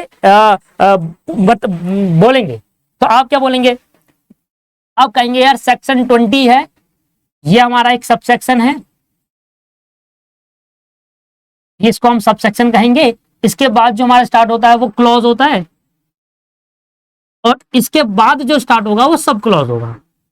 और ये मेनली सभी स्टूडेंट्स को पता है, मेनली सभी स्टूडेंट को पता है ये कि ये सबसेक्शन है या क्लॉज है, सॉरी सब क्लॉज। एक लाइन से जब होता है तो सर वो क्या होता है, क्या होता है? ऑब्वियस सी बात है, बड़ा सिंपल सा लॉजिक है, कुछ भी नहीं है इसमें। तो सेक्शन 20 के बाद पहले सेक्शन आएगा, फिर सबसेक्शन आएगा, फिर क्लॉज आएगा और फिर सब क्लॉज आएगा, ये सभी बच्चों को पता है। देखिए अगर क्लॉज सबसेक्शन का पार्ट है तब तो कोई डिफरेंस होता नहीं है इसके, तब तो कोई प्रॉब्लम ही नहीं है सर, प्रॉब्लम ही नहीं है। देखिए अगर कहीं लिखा है सेक्शन 40 सबसेक्शन 1 और यहां पर लिखा है बी, तो कभी भी ऐसा लिखा है सेक्शन 41 बी, इसका मतलब सेक्शन 40 ये सबसेक्शन 1 है और ये बी है जो क्लॉज है, क्योंकि ये बी इसका पार्ट है। बट कभी कभी क्या होता है, अगर बी जो क्लॉज है अगर वो सबसेक्शन का पार्ट है तब तो कोई प्रॉब्लम नहीं है दोस्तों, कोई प्रॉब्लम नहीं है, फिर तो आप इजीली कनेक्ट कर पाओगे चीजों को कि पहले सेक्शन 20 होता है, पहले सेक्शन आता है, फिर सब सेक्शन होता है, फिर क्लॉज होता है, फिर सब क्लॉज होता है, फिर तो कोई प्रॉब्लम नहीं। बट कभी कभी ऐसा होता है, क्या होता है दोस्तों, कभी कभी ऐसा होता है कि जो सब सेक्शन है, सब सेक्शन है जो, कभी कभी ऐसा होता है जो सब सेक्शन है, मान लो सेक्शन जो है उसके दो पार्ट डायरेक्टली निकल जाते हैं, कभी सब सेक्शन कहलाते हैं और कभी क्लॉज कहलाते हैं। कैसे? जैसे कि अगर मैं कहूं आपको सेक्शन 2 1, अब मुझे बताओ सेक्शन 2 के साथ क्या है, ये क्लॉज है या सब सेक्शन है? बताओ, बता ही नहीं पाओगे आप। देखिए, एक स्टूडेंट सिंपल चीजें क्या बता सकता है कि अगर क्लॉज जो होता है वो सब सेक्शन का पार्ट होता है तो बता देगा, क्योंकि पहले 20 आएगा, सब सेक्शन आएगा, फिर सब सेक्शन आएगा, इसके बाद जो होगा वो क्लॉज हो। क्लॉज अगर सब सेक्शन का पार्ट है तो कोई प्रॉब्लम नहीं, बट जब क्लॉज दोस्तों डायरेक्टली इसका पार्ट हो जाता है सेक्शन का, तो ये इसके बाद क्लॉज चालू हो सकता है, उसके बाद सब सेक्शन भी चालू हो सकता है। दोस्तों कभी कभी ऐसा होता है कि हमारे जो सेक्शंस है, सेक्शन 20 सब सेक्शन 1 हो सकता है और सेक्शन 20 सब सेक्शन और क्लॉज 1 हो सकता है। अब देखिए, वैसे तो क्लॉज जो होता है दोस्तों वो किसका पार्ट है? अगर क्लॉज सब सेक्शन का पार्ट होता है क्या आ गया था, पर कभी कभी ऐसा होता है जो क्लॉज होता है वो डायरेक्टली सेक्शन का पार्ट होता है और सब सेक्शन भी सेक्शन का पार्ट होता है। तो यहां कंफ्यूजन होती है कि यार जो सेक्शन है उसके आगे क्लॉज है या सब सेक्शन है। अगर क्लॉज सेक्शन का पार्ट है और सब सेक्शन तो देखो सेक्शन का पार्ट होता ही है, अगर क्लॉज भी सेक्शन का पार्ट है तो बड़ी प्रॉब्लम है कि यार मैं सेक्शन 20 के बाद क्लॉज 1 कहूं या सब सेक्शन 1 कहूं। अगर मैं आपसे एक क्वेश्चन पूछूं कि यार बताओ इस पर्टिकुलर सेक्शन में सेक्शन 2 सब सेक्शन, ये सेक्शन 2 और 1 ये क्या है? ये सर क्लॉज है या फिर ये क्लॉज है या फिर सब सेक्शन है? कैसे बताओगे आप? ये क्लॉज है या फिर सब सेक्शन है? बताओ, कैसे बता दोगे? बता ही नहीं पाओगे।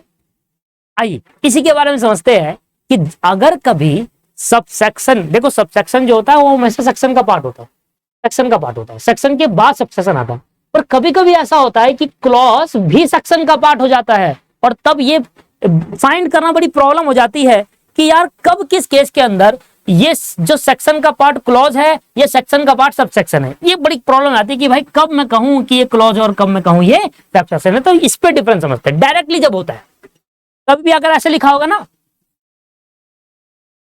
सेक्शन 4 2 ए, तो ऑटोमेटिकली सब बच्चा बता देगा ये सेक्शन है, ये सब सेक्शन है और ये क्लॉज है, क्योंकि ये इसका पार्ट। अब कहीं ऐसे लिखा होगा ना सेक्शन 2 सेक्शन 4 और 2 सिर्फ इतना ही, अब बताओ ये क्लॉज है, ये सेक्शन है।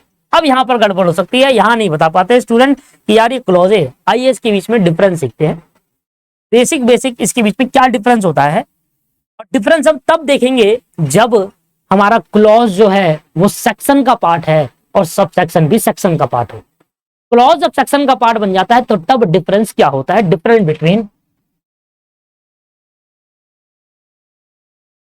बिटवीन सब सेक्शन और सबसे पहले अगर मैं बात करूं सब सेक्शन की, सबसे बात करूं और क्लॉज। देखिए दोस्त मैं आपको दिखाता हूं, एक मिनट दीजिए, पहले मैं खोल लूं डेफिनेशन।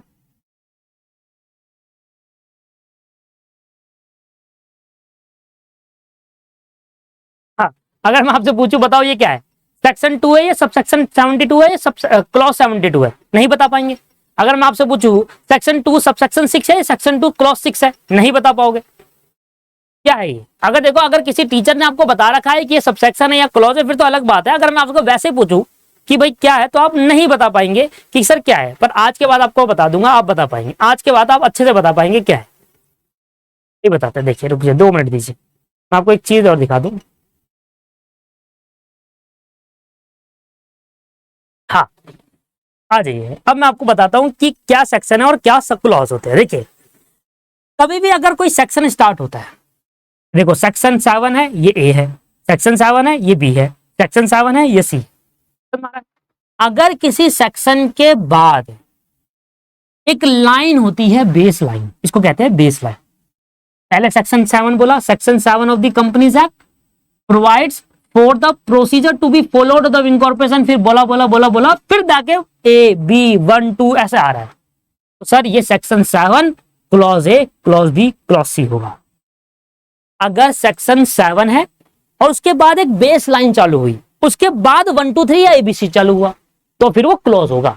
तो सेक्शन 7 और एक क्लॉज के बीच में क्या होना चाहिए, बेस लाइन का होना जरूरी है, ये होती है वो बेस लाइन। तो अगर किसी सेक्शन, मैंने स्टार्ट करा सेक्शन 7, ठीक है, फिर मैंने यहां पर लिखा लिखा लिखा लिखा लिखा और लिखा और लिखा, ये होती है बेस लाइन। इसके बाद मैंने कहा 1 2 3 या ए बी सी, तो सेक्शन 7 एंड देन क्लॉज। तो क्या होना जरूरी है, क्लॉज मैं तभी कहूंगा जब सेक्शन 7 और एक क्लॉज के बीच में बेस लाइन होना जरूरी है। बेस लाइन, बेस लाइन का मतलब होता है बेसिकली उसके बाद जाकर बता रहा है आपको, उसके बाद जाकर सेक्शन 7 पहले बोल रहा है कुछ, फिर उसके बाद आपका पॉइंट्स चालू हो रहे हैं, तो फिर वो क्लॉज होगा। सर सबसेक्शन में बेस लाइन नहीं होती, नो बेस लाइन, सीधा लिखा होगा सेक्शन, दिखाता हूं अभी कहां लिखा है, नो बेस लाइन, सीधा लिखा होगा सर आपके पास। एक मिनट एक मिनट एक मिनट, आने दो कहां गया, कहां है, अकॉर्डिंग टू सेक्शन 2, इसके बाद इन दोनों के बीच में कोई बेस लाइन है, नहीं है, तो ये सब सेक्शन है, तो ये सब सेक्शन है। समझ में आया? क्या सेक्शन 2 के बाद पूरा होने के बाद नीचे चालू हुआ है पॉइंट, नहीं सर, सेक्शन 2 के बाद, देखो अकॉर्डिंग टू सेक्शन 2 इन दोनों के बीच में, 2 के बाद जो अब आ रहा है ये क्लॉज है sub section, sir sub section है, क्योंकि इन दोनों के बीच में कोई बेस लाइन नहीं है। अब इसके बाद जो 1 2 3 4 आ रहा है, अब आ गई ना बेस लाइन, तो अब ये क्या है, सब सेक्शन। देखो सब सेक्शन, देखो सेक्शन 2 है, उसके बाद सब सेक्शन चालू हो गया, सब सेक्शन स्टार्ट होने के बाद जो अब होगा वो तो सब क्लॉज ही होगा, उसके बाद तो कोई प्रॉब्लम है नहीं। एक बार सेक्शन 2 आया, फिर 72 आया सब सेक्शन, उनके बीच में कुछ नहीं था बेस लाइन, 72 के बाद अब जो आएगा वो सब क्लॉज ही तो होगा, तो इसमें तो कुछ बताना ही नहीं है, बेस लाइन है नहीं। एक बार सेक्शन 2 के बाद सब सेक्शन चालू हुआ, उसके बाद क्लॉज ही चालू होता है। तो सेक्शन 2 अगर 72 इन दोनों के बीच में जब कोई बेस लाइन नहीं होती, जब कोई बेस लाइन नहीं होती, तो फिर वो सब सेक्शन कहलाता है। आया समझ में? बहुत बड़ा डिफरेंस है, ये बहुत बड़ा डिफरेंस है। कभी भी किसी पॉइंट के अंदर अगर आपको सीखना है, कभी भी अगर आपको ये जानना है कि वो सेक्शन है या सब सेक्शन, दोस्तों बेस लाइन का होना बहुत जरूरी है। देखो ये रहा सेक्शन 2 और ये क्या है 6 है। अब मुझे बताओ ये क्लॉज है या सब सेक्शन है? सर सब सेक्शन, क्योंकि 2 और 6 के बीच में कोई बेस लाइन नहीं है, तो सेक्शन 2 सब सेक्शन 6 बोलेंगे इसको। क्या बोलेंगे? सेक्शन 2 और सब सेक्शन 6 करेंगे। इधर देखो सेक्शन 2 सब सेक्शन 87, क्योंकि इन दोनों के बीच में कोई भी बेस लाइन नहीं है। बेस लाइन जब होगी तब मैं आगे आपको दिखाऊंगा, बहुत सारे ऐसे आएंगे जहां बेस लाइन आएगी। ये देखो section 2 sub section 46 sub section है, क्योंकि 2 और 46 के अंदर कोई बेस लाइन नहीं है। आगे नीचे मिल जाएगा आपको, अभी बहुत ऐसे पॉइंट है जहां पर क्लोज नजर आएंगे आपको, अभी दिखा देते हैं।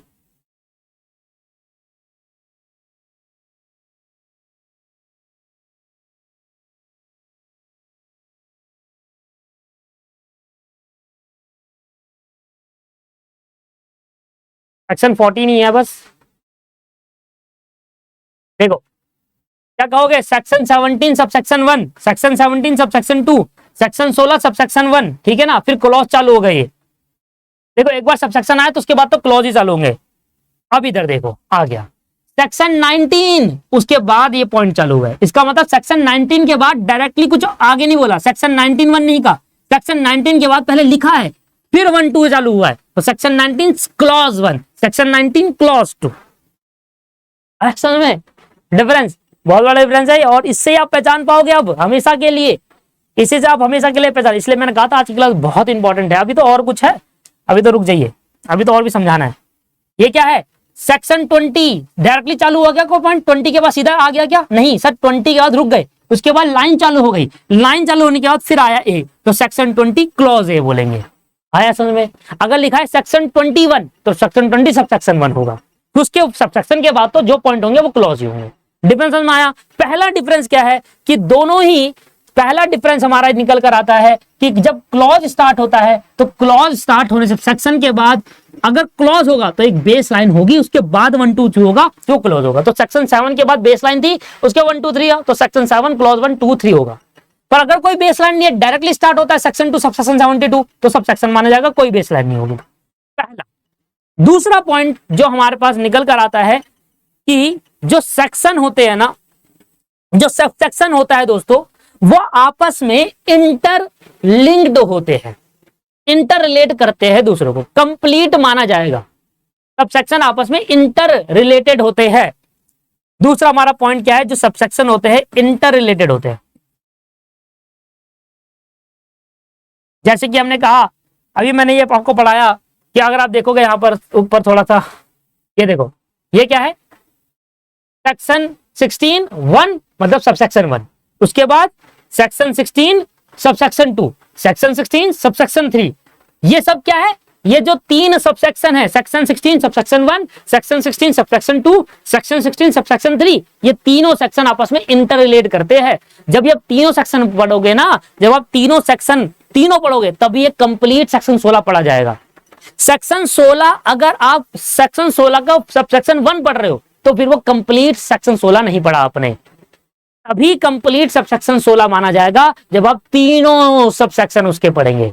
तो एक 16 सेक्शन जो है उसको आप तभी कंप्लीट पढ़ सकते हो जब उसके तीनों सबसेक्शन आप इकट्ठा पढ़ोगे, तभी वो कंप्लीट माना जाएगा, नहीं तो आधी अधूरी आपने सेक्शन 16 पढ़ा है। तो कभी भी अगर मैं सबसेक्शन की बात करूं दोस्तों, तो सबसेक्शन के अंदर क्या होता है, एक सेक्शन दूसरा और तीसरा सेक्शन आपस में इंटर रिलेटेड होते हैं, उनके पास इंटर रिलेटेड होता है, एक दूसरे की बात कह रहे इंटर रिलेटेड होता है। जबकि यहां पर दूसरा जो पॉइंट हमारा नॉट इंटर रिलेटेड, कोई इंटर रिलेशन नहीं होता इन दोनों के बीच में, इन दोनों के बीच में कोई भी इंटर रिलेशन नहीं होता क्लॉज के में। मतलब सेक्शन 7 का क्लॉज 1 कुछ और कह रहा होगा, सेक्शन 7 का क्लॉज 2 कुछ और कह रहा होगा, कहीं इंटर रिलेशन नहीं होता। ये होता है डिफरेंस सबसेक्शन और क्लॉज में। क्लॉज में 1 क्लॉज 2 क्लॉज 3 क्लॉज में तीनों डिफरेंट बातें कह रहे होंगे, तीनों अलग अलग बातें करेंगे, कहीं इंटर रिलेशन नहीं होगा। जबकि 1 सेक्शन सबसेक्शन 1 सबसेक्शन 2 सबसेक्शन 3 में इंटर रिलेशन होगा, तीनों की बात पूरी पढ़ोगे तभी वो कंप्लीट सेक्शन होगा।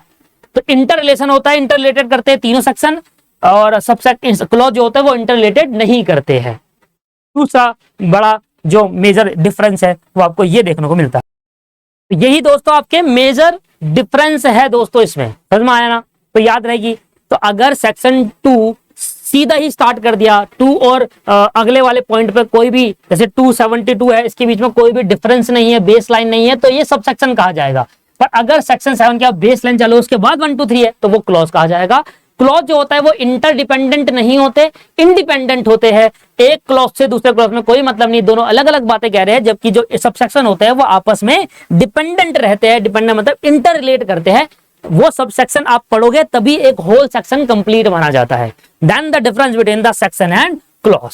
सही है जी, समझ में आया। और ये सबसे बड़ा डिफरेंस था। अब आप ये नहीं कहेंगे, जब भी मैं आपको कंपनी लॉ पढ़ाऊंगा तो आपको पता होना चाहिए कि सेक्शन 2 के बाद अगर डायरेक्टली 72 आ रहा है, डायरेक्टली 6 आ रहा है, डायरेक्टली 4 आ रहा है तो वो सब सेक्शन है, और बेस लाइन होने के बाद 1 2 3 आता है तो वो क्लॉज है।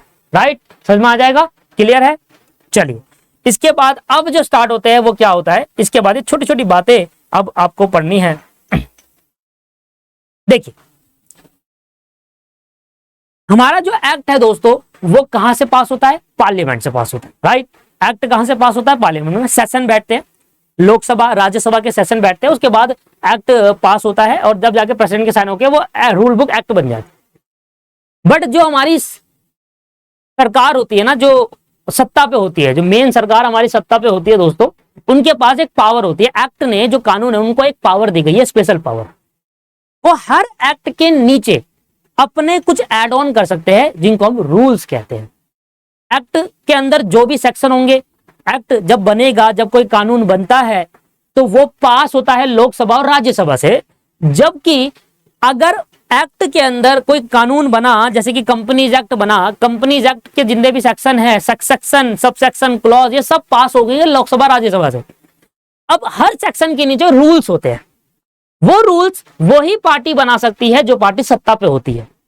जिसका कंट्रोल होता है, जो गवर्नमेंट होती है वो बनाती है वो रूल। और एक्ट जो होता है उनको स्पेशल पावर देता है कि आपको अगर इस सेक्शन के अंदर कुछ और ऐड ऑन करता है तो रूल्स लेकर ऐड कर सकते हैं। इसके लिए आपको राज्यसभा और लोकसभा से पास करने की नीड नहीं है। हर उसमें कैबिनेट मिनिस्टर होता है, जैसे कि जो उस पर्टिकुलर रूल को पास करता है। ठीक है, बड़ा सिंपल सा लॉजिक है। तो रूल क्यों बना है? रूल बेसिकली इसलिए है क्योंकि भाई एक गवर्नमेंट है, आप देखते हो नए नए कानून पास कर देती है गवर्नमेंट, नए नए रूल्स ले आती है। कैसे ले आती है? जब कानून पास होते हैं तो वो तो लोकसभा राज्यसभा में अपोजिशन पार्टी भी अलाउ करती है, तब पास होता है।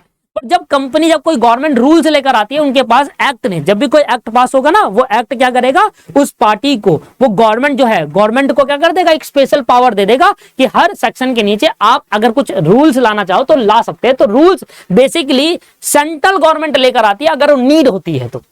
आप देखेंगे तो बहुत सेक्शंस के नीचे रूल्स लिखा होते हैं। तो ये सेक्शन तो जो पास हुआ है वो, जैसे रूल 31, ये कौन लेकर आई है? सेंट्रल गवर्नमेंट, ऐड ऑन कर दिया इसमें सेंट्रल गवर्नमेंट। इसके लिए कोई सेंट्रल गवर्नमेंट को, जो मेन सत्ता पे सरकार होती है, उसको सर इसके लिए पास करने की जरूरत नहीं होती, लोकसभा राज्यसभा में पास नहीं करते। एक्ट उनको पावर दे देता है, डायरेक्टली एक्ट क्या करता है, पावर दे देता है उनको। जैसे कि मैंने कहा ये सेक्शन है, अच्छा ये सेक्शन जो है ये पास हुआ होगा, ये सेक्शन जो है पास हुआ होगा। अब इसके नीचे जो रूल्स होंगे, जैसे सेक्शन 26 है, पास हुआ होगा। अब रूल्स जो होंगे ना इसके नीचे, वो कोई पास नहीं होंगे, वो रूल गवर्नमेंट लेकर आती है, बस कैबिनेट मिनिस्टर के साइन होते हैं और रूल पास, सीधा रूल आ जाता है उसके नीचे। अब दिख नहीं रहे मुझे, अभी तक तो बहुत सारे दिख रहे थे। लाइन से है जी, बहुत सारे रूल्स आपको पढ़ने पड़ेंगे। ज्यादा नीचे आ गया, ऊपर थे। बहुत सारे रूल्स आपको देखने को मिलेंगे हर सेक्शन के नीचे, और वो रूल्स जो लेकर आइए, बस फर्क ये होता है रूल्स बनाती है सेंट्रल गवर्नमेंट और उसको लोकसभा राज्यसभा में पास करने की नहीं। तो फिर क्यों है पावर गवर्नमेंट में? अगर गवर्नमेंट हमारी, उनके पास पावर नहीं होगी तो क्या करेंगे? सारे कानून तो लोकसभा राज्यसभा में पास होते हैं, है ना? सारे कानून तो लोकसभा राज्यसभा में, जो भी एक्ट बनता है लोकसभा राज्यसभा में बनता है। बट फिर सेंट्रल गवर्नमेंट की ऐसी स्पेशल पावर क्या है जो वो नई नई चेंजेस लेकर आते हैं रूल्स की? वो हर सेक्शन के अंदर रूल्स डाल सकती है क्योंकि उनको उस पर्टिकुलर एक्ट से पावर मिली होती है। अभी दिखाते हैं जी आपको, बहुत सारे हैं यार, जब आपको पढ़ाऊंगा ना ये आप परेशान हो जाओगे रूल रूल रूल करते हुए।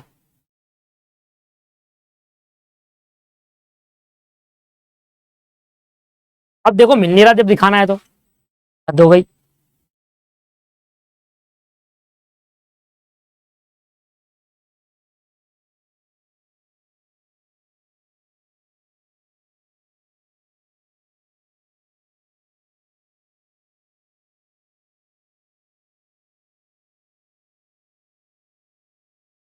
इतना टाइम पास क्यों कर रहा हूं मैं, सीधा लिख देता हूँ रूल।